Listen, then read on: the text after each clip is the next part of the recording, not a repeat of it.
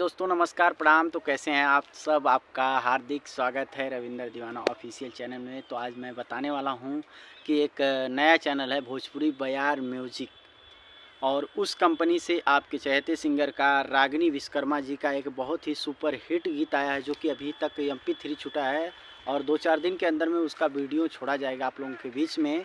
जो कि गाना बहुत ही सुंदर है और रागिनी जी के साथ में गाए हैं हमारे बड़े भाई सुनील यादव सुरीला भोजपुरी बयार म्यूजिक चैनल से।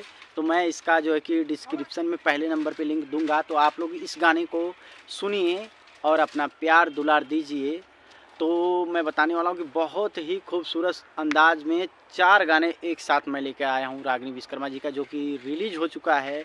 बाकी सभी गानों का तो वीडियो बन चुका है, लेकिन भोजपुरी बयार म्यूजिक से जो गाना बना है तो जो है कि उसका वीडियो अभी तक नहीं गया है। MP3 गाना आप लोग पहले MP3 गाना को पूरा सुनिए, उसके बाद बताइए गाना कैसा लगा। फिर उसके बाद में आप लोगों के बीच में जाएगा उसका वीडियो बन के तैयार होके बिल्कुल।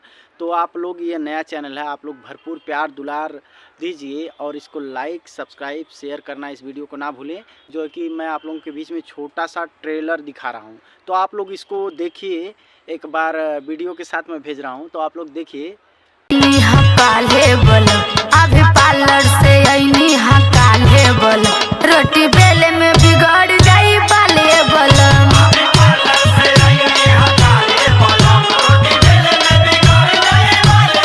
फिर से धमाल मचाने रागिनी विश्वकर्मा जी के चैनल से एक बहुत ही सुंदर सोहर गीत आया हुआ है, जो कि वीडियो वर्जन ये छूटा है, स्टूडियो वर्जन वीडियो है, जो कि आप लोग देखिए। डिस्क्रिप्शन में मैं दूसरे नंबर पर लिंक प्रोवाइड कर रहा हूं, तो आप लोग जैसे हर गाना को आप अपना प्यार दुलार देते हैं, इस गाना को भी दीजिएगा और कमेंट करके बताइएगा कि गाना आप लोगों को कैसा लगा। मैं छोटा सा ट्रेलर इस गाने का भी आप लोगों के बीच में भेज रहा हूं, आप लोग देखिए गाना कैसा लगा आप लोगों को।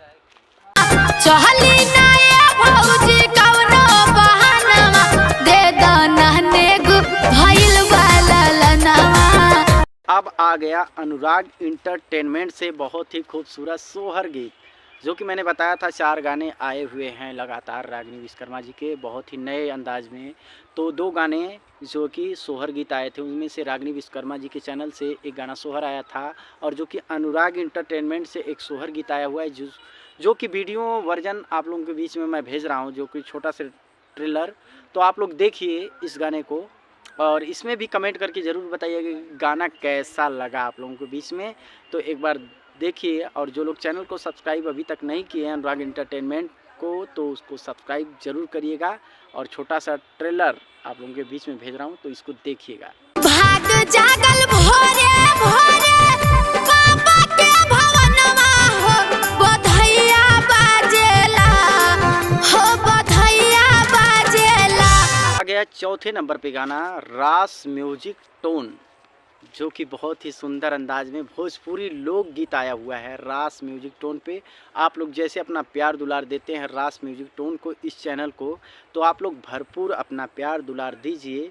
इस पे भी रागिनी विश्वकर्मा का ही गाना एक सुंदर गीत जो है कि सिंगल आया हुआ है, जो कि स्टूडियो वर्जन छूट चुका है इसका। तो आप लोग अपना प्यार दुलार दीजिए।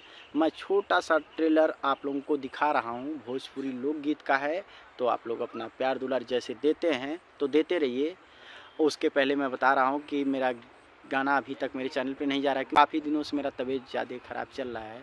तो आप लोग दुआ करिए कि मैं जल्दी से जल्दी ठीक हो जाऊँ, अपने चैनल पे भी बढ़िया बढ़िया गीत लेकर आऊँ, और मेरा और रागिनी विश्वकर्मा जी का और अदर लोगों का, अदर सिंगरों का भी गाना मेरे चैनल पर आता रहेगा।